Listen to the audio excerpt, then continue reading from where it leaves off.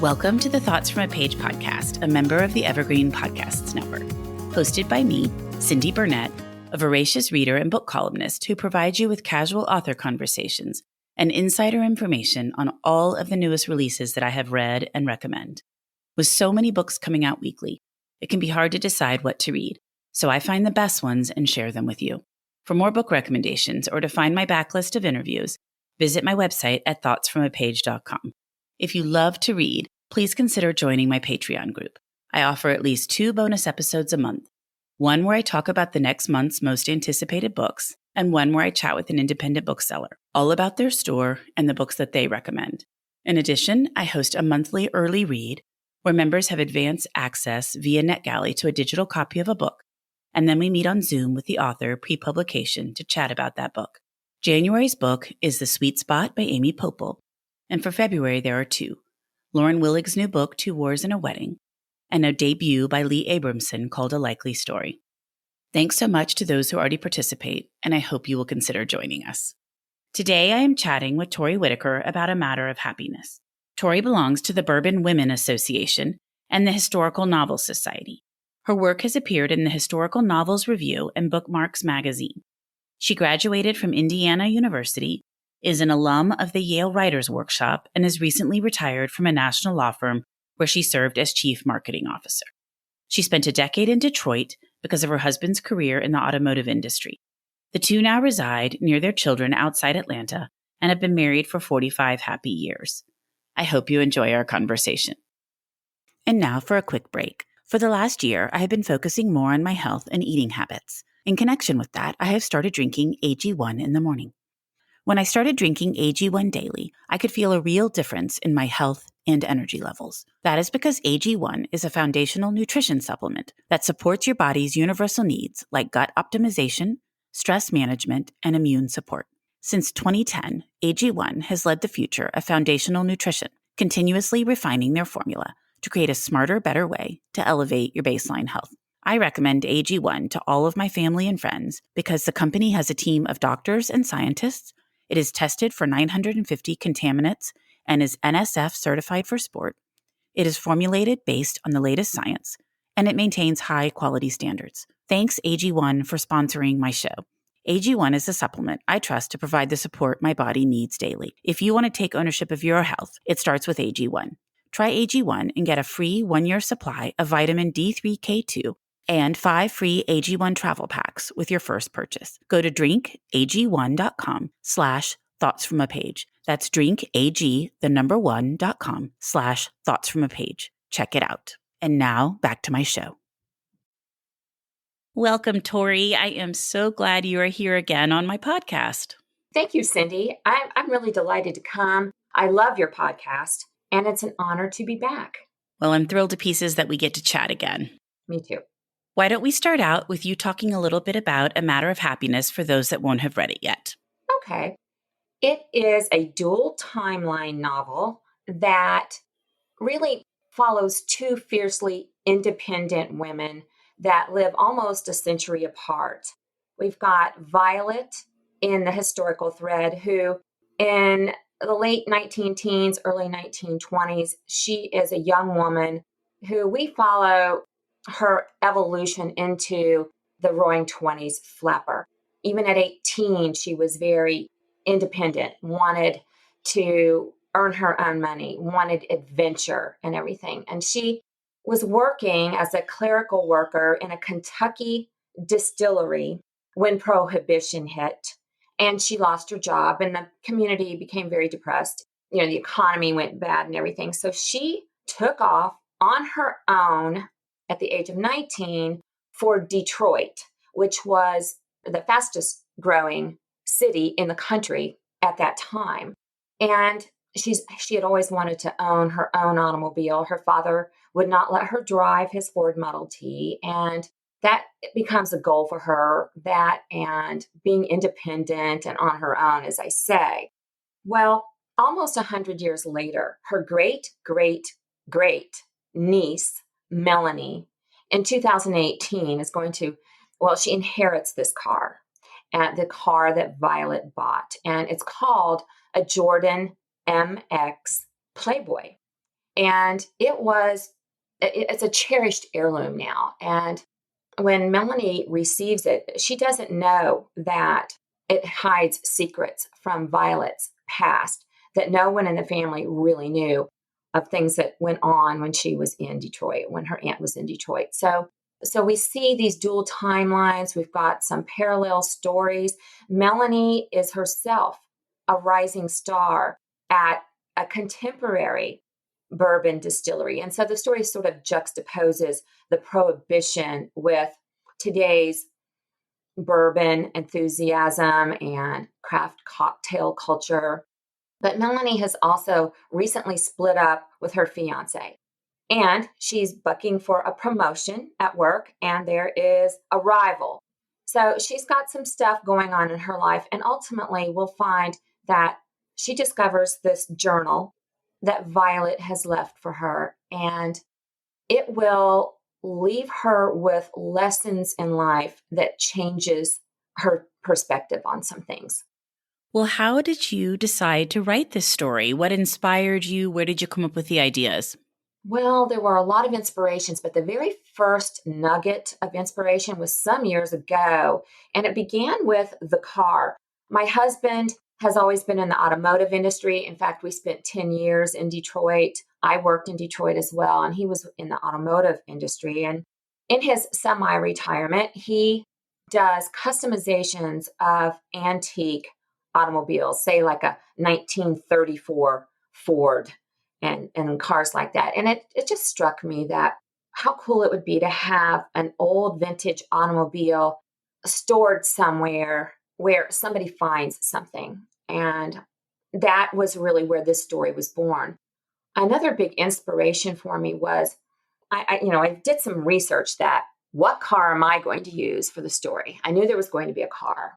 And I wanted to focus on the early 1920s. So I did some research and I discovered this Jordan, which in its era was just wild with flappers. They just flocked to it. In fact, F. Scott Fitzgerald named a character Jordan in The Great Gatsby and named her after this car.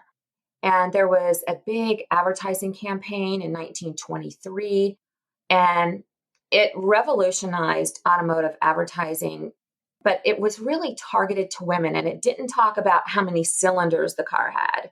It talked about the emotions the car had, and the car symbolizes, in its period and in my book, the car symbolizes freedom and independence. And I just knew when I discovered this car, it was going to be the one.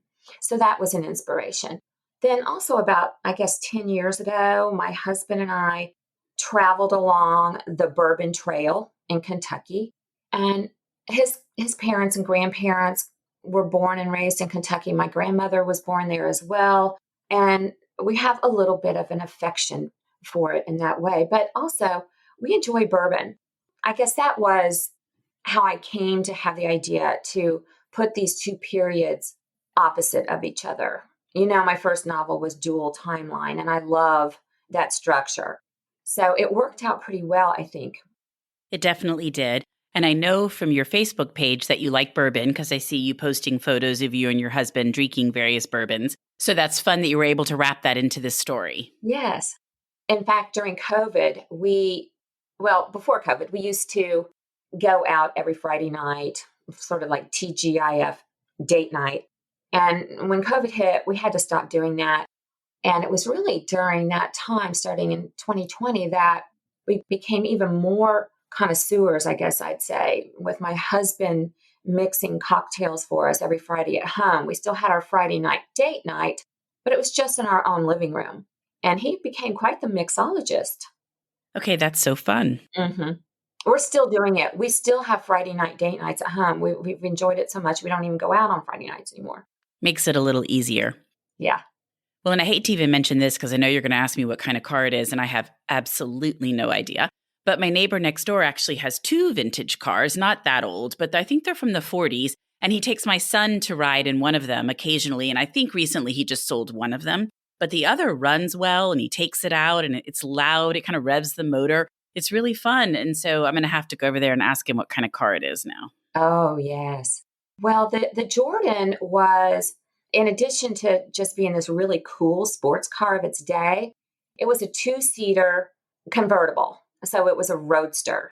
And if you can imagine, even today, the manufacturer had called it Scarlet Red. Well, even today, if you saw two attractive young women who are 22 years old riding around the city in a hot red convertible, it turns heads.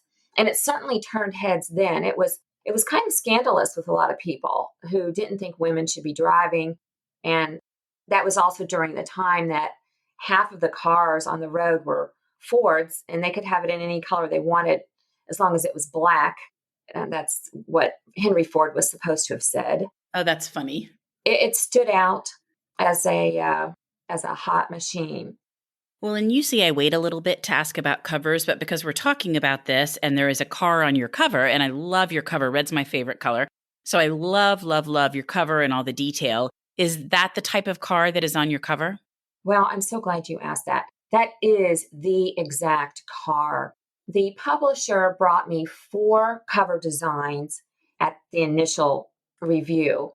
And basically, my editor told me from the get-go, and usually they let you just look at them and kind of pick your favorite, but she said just from the get-go, and I'm going to tell you right now, everybody here loves the one with the car most. And then I sent it to my critique group and then the 4 of them, and they were like, oh, you got to use the one with the car. So I liked it too, but I said, okay, I went back to Lake Union, who's my publisher, and said, but if we're going to have a car on the cover, it's got to be the car. It's got to be the Jordan.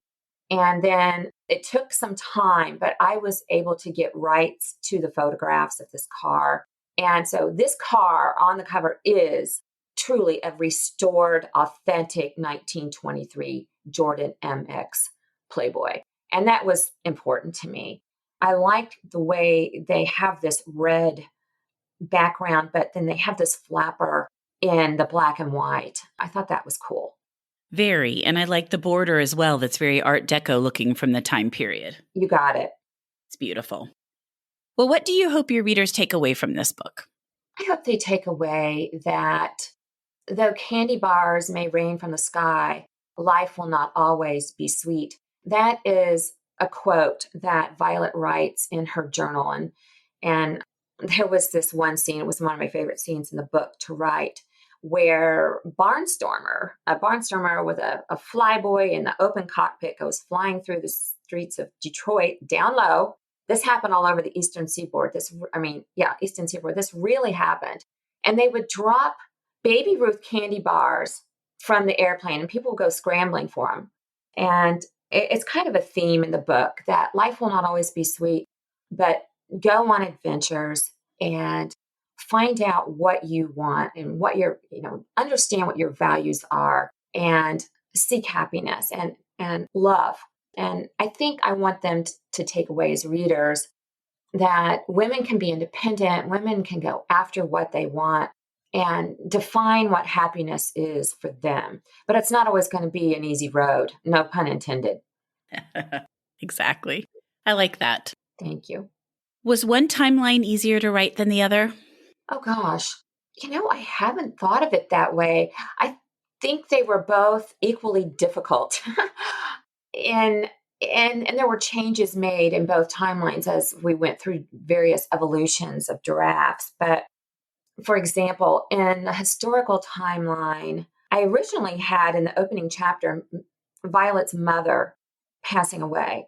But it just seemed when we got done that wasn't working. And I decided to keep her alive. And I really feel like her mother plays an important role in the story. But that was hard because, when you have a character who used to be dead and now is alive, that really changes what's going on in your main character's head and heart. And so that was a big revision all the way through. And then in the modern timeline, I really had a relationship with my mother that was not contentious. And yet in fiction, we want to see some friction. And so I had to keep making their relationship with Melanie and her mother more stressed, let's say. And ultimately, they have sort of a blowout. And we want to see them resolve it if they can. But that's hard for me to write because it's something I never experienced. And then it was an ambitious dual timeline, given that there was one setting in Kentucky. Well, the historical part is partly in Kentucky as well, but mostly in Detroit. So there's two cities, two industries, bourbon and automotive. So it was a lot. I wouldn't say one was easier than the other. I'm always so curious, and I know authors do it in many different ways, but do you write straight through or do you write an entire timeline, the other timeline, and then weave them together? I agree with you. I find it's fascinating to hear how other authors do that. For me, it's sort of a hybrid. I will write 3 or 4 chapters in the modern timeline and then 3 or 4 chapters in the historical timeline. I like to stick with one timeline sort of while I'm in the zone. Typically, there'll be a good place to either stop or to transition back to the other timeline. But I do that all the way through the book. A few here, a few there, all the way through the book, with one exception, I guess. And I found this with my first novel too, that about halfway through, even though I know how the story is going to end generally because I'm a planner and I've got an outline, about halfway through, I just have to cut to the end and write that last chapter and epilogue. But aside from that, it's pretty much straight through going back and forth, as opposed to write the whole historical timeline and then write the whole modern timeline and weave them together, as some people do. I know, and I think that would be so difficult to sit down and write one entire timeline, then the other entire timeline, and then try to weave them together. But it seems to work very well for some people, and some people do the complete opposite. They just write straight through, and then it sounds like you have kind of a hybrid. And that's fascinating that midway through you end up writing the ending. Right. Now, after I get where I think the book is pretty set, then I will read one timeline all by itself and edit one timeline all by itself. And I'll do that in both. But the drafting and the early drafts are back and forth. That's really interesting. How do you decide on your characters' names? I'm always fascinated by how authors choose particular names. Oh, well, that's a fun question. With Violet, I really did some research. She would have been born in the early 1900s. And so I did girl baby names of that period. And I liked Violet with the I and the L in it. And then Bond. Her last name is Bond. And she's partially German descent and English descent. And I looked up English names of last names. And I came with Bond. And I really like how ultimately she and her great, great, great niece have this bond that even while Violet is still alive and she's 100 years old, she's got this bond with her niece. And also it was during this era in the historical part, early 1920s, with stocks and bonds and investing. And as we know, that the crash comes in 1929, but my story doesn't go that far into the 20s, but she's buying bonds, and I kind of liked it. With Melanie, I liked the sound of the name, but there are a couple other side characters that had names that were special to me. My granddaughter, who was 12 at the time, said, "Grandma, will you write a book someday with a character that has my name?" Oh. And it was just so sweet. And so Violet's sister is named Evelyn. And then Leela is this wild flapper who is Violet's best friend in Detroit. And I picked the name Leela, which was a name from that period, but you'll be surprised to know that that's my middle name. It's actually spelled differently than how I put it in the book, Lela in the book. And my name is Lehlia, but I was named after my great grandmother, who they all called Leela. So I liked having that name in there too. That's so fun to carry in some family names into your story. Mm-hmm. Oh, well, another little side note you might enjoy is, you know how Melanie always called Violet Grape Aunt Violet? Yes. Well, one of my other great grandmothers when I was 2 or 3 years old. My mother kept saying great grandma, but it would come out grape grandma when I was saying it. So I remember that fondly. And so I threw that in the book too. I love that. That always makes me think about when I gave birth to my daughter. She was the first grandchild on my parents' side. And so my mom, like for months, thought about what she wanted to be called. And she went through all these different names. And she's like, okay, she settles on Gran. She's like, I like Gran. That's what I want to be called. So my daughter is born really early. And she ended up like in the hospital for a while. And then she had all these speech issues. So she's totally fine. But she had all these speech issues. And she couldn't say the gr sound, I mean, for a very long time. And so my mom would say Gran and point at herself, and my daughter would say Mimi and point at my mom. And so eventually she got renamed Mimi because Caroline's like, yeah, sorry, can't say Gran. And so it ended up being Mimi. And then eventually Granddad. At the time, she would just kind of be like Dada, but eventually, you know, she could get the gra and it became Granddad. But it was pretty funny because my mom had put so much effort into it, and then it was not meant to be. I love that story. It often is the firstborn grandchild that ends up naming the grandparents, I've found. So the grape made me think of that when I was reading your book, because I was like, it's just so cute, the things that they'll do. And they're very determined and they're like, this is what it's going to be. Mm-hmm. But I love that. Well, how was writing this book different than writing your first book? And then obviously the launching is going to be different because your first book came out in the heart of the pandemic. And now we're still working through issues, but people are doing tours and everything. So how is that different for you? The main difference is with my first book, there was one main character in both timelines. We saw Millicent in Millicent Glenn's Last Wish. We saw Millicent in her 90s in the modern timeline, and we saw her as a young woman in post-World War II, early 1950s as a young woman. And so this novel is also more challenging in that I had two separate main characters in the timelines.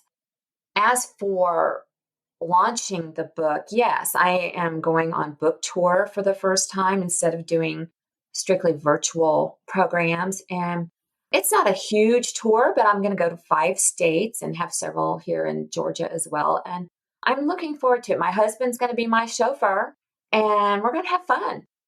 I bet you're excited because that had to be a little bittersweet with the first book, getting it out there and being so thrilled to have your first book, but then also have the pandemic messing with in-person events. So I'm thrilled for you that you'll get to go out, meet readers, go to all these bookstores. That's so exciting.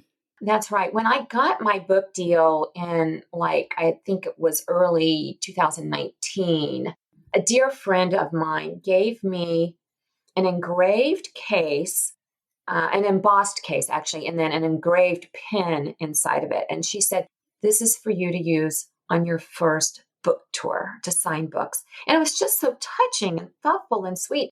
And then a year and a half later, I didn't get to go on book tour. So I'm actually going to be using that pen for the first time this coming week. What a sweet gift. Isn't that? Yes, very, very thoughtful and something you'll treasure always. For sure. Well, what surprised you the most when writing A Matter of Happiness?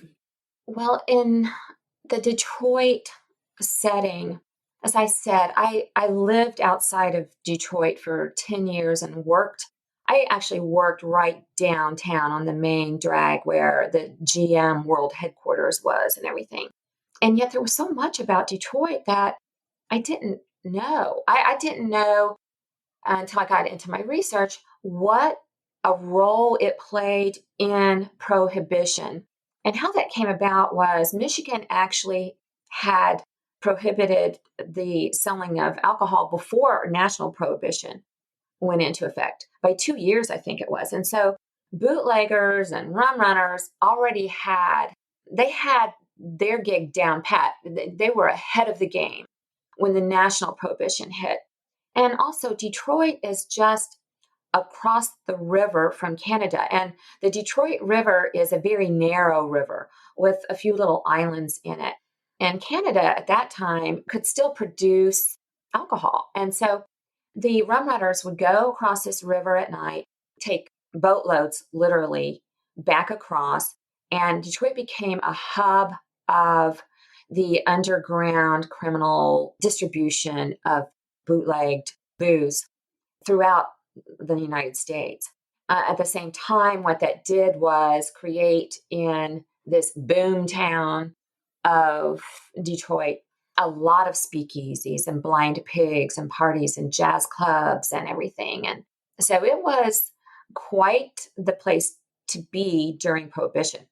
Let me add that my characters are not involved in being bootleggers or anything, but it does serve as a very interesting backdrop to be there in Detroit at that time. I would certainly think so. And I'm sure it was interesting to look at Detroit in that time period compared to the time that you lived there. That's true, or compared to how it is now. Right. Another theme of the book is, well, let me just spell it out this way. The modern day character, Melanie, takes this old, faded car that's been sitting in this carriage house for almost 100 years and decides she's going to restore it. And I like to think that as her car and her beloved aunt's car becomes restored, Melanie becomes restored too. As I say, she's got this rivalry going on in her workplace. She's lost her love, but I like to think she becomes restored also. And while I don't spell this out in the book, I think it's a book club kind of discussion question is when we see what happened with the bourbon industry, where it was just devastated. I mean, there were 200 distilleries of bourbon in Kentucky when Prohibition hit, and 6 of them got to have licenses to sell medicinal alcohol, and that was all. Yeah, I did not know that it went from 200 to 6. I knew that some of them did have license to sell and sold for pharmacies and things like that, but I didn't realize the number was so small. Right. And so in the last 10 years, though, there's been 2,000 bourbon distilleries open up. I mean, bourbon is hot, and there are distilleries in all 50 states. And so it's back. And so I like to think that maybe there can be a renaissance in Detroit too. And there are groups and lots of community groups and everything trying to make that happen up there. With the car industry being completely revolutionized in the last 3, 4, 5 decades, and some people buying foreign cars now while others continue to buy domestic, and some foreign cars are actually made here, it seems like Detroit has really suffered. Yes, it has. And I think they're seeing the growth of some new industries there. And Michigan is really a beautiful state, especially in the summer. I'm hopeful that it will turn around because I think that's what the world does. It's got some problems, but hopefully some good people are going to make it happen. I hope so. It's always nice when those cities can kind of be turned around and have a second life for them. Exactly. Well, before we wrap up, I would love to hear what you've read recently that you really liked. Oh, okay. Well, one book that I absolutely loved was Woman on Fire by Lisa Barr. And I had not read her previous books, but I picked this up because I love novels that surround artwork. It's technically a thriller, but for me, being someone who really loves historical fiction, I thought there was enough history in this book that was fascinating. In fact, I would say that there were flashbacks of a character or two that went back to the Nazi era where they were stealing the masterpiece artwork that belonged to Jewish people.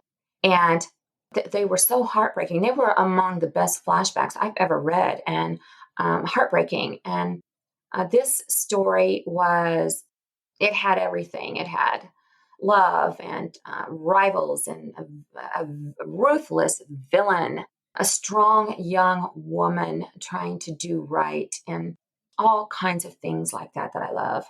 And then another book that was one that I found to really hit me emotionally, a tearjerker actually, was by Dolan Perkins Valdez, Take My Hand, set in Alabama in I think it was the 70s. And there are some things that happen to girls and young women in that book that is based on a real historic fact that just are gut-wrenching, Cindy. And I fell in love with Dolan's work when she wrote Wench.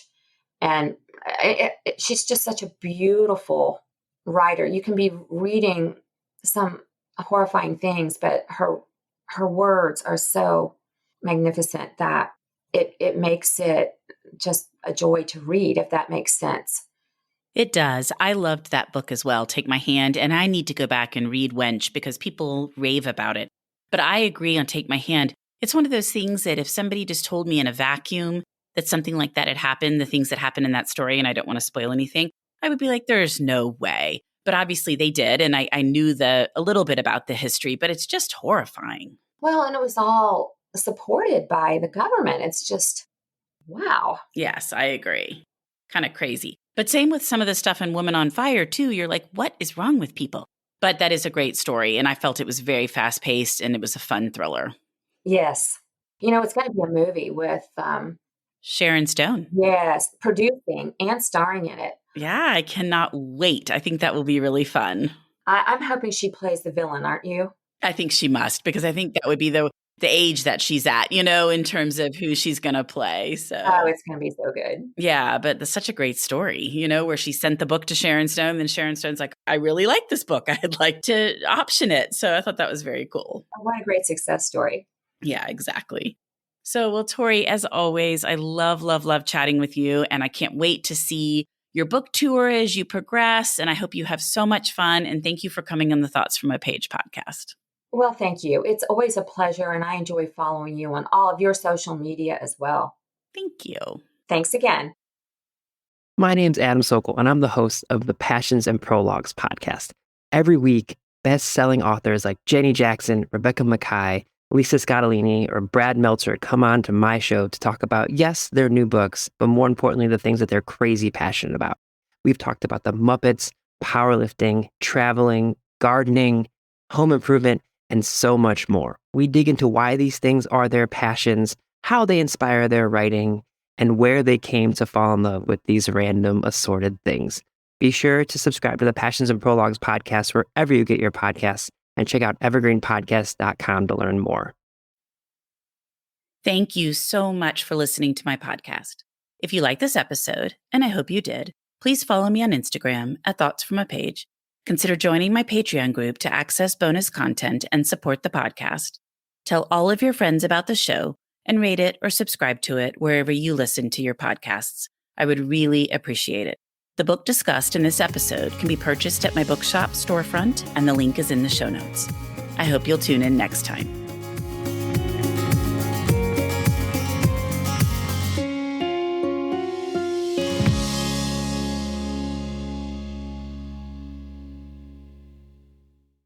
You might be surprised to know that not all serial killers are straight cisgender white men, and the victims of true crime are not a monolith either. She's Wendy and I'm Beth, and together we host Fruit Loops Serial Killers of Color, a true crime podcast. Together we take deep dives into the true crime stories about marginalized and minoritized perps and victims that often go untold. We also provide the context and nuance that these stories deserve. At Fruit Loops, we're serving up true crime with a side of history, society, culture, and some fun. Listen to Fruit Loops Serial Killers of Color on Spotify, Google Play, Apple Podcasts, or wherever you get your podcasts.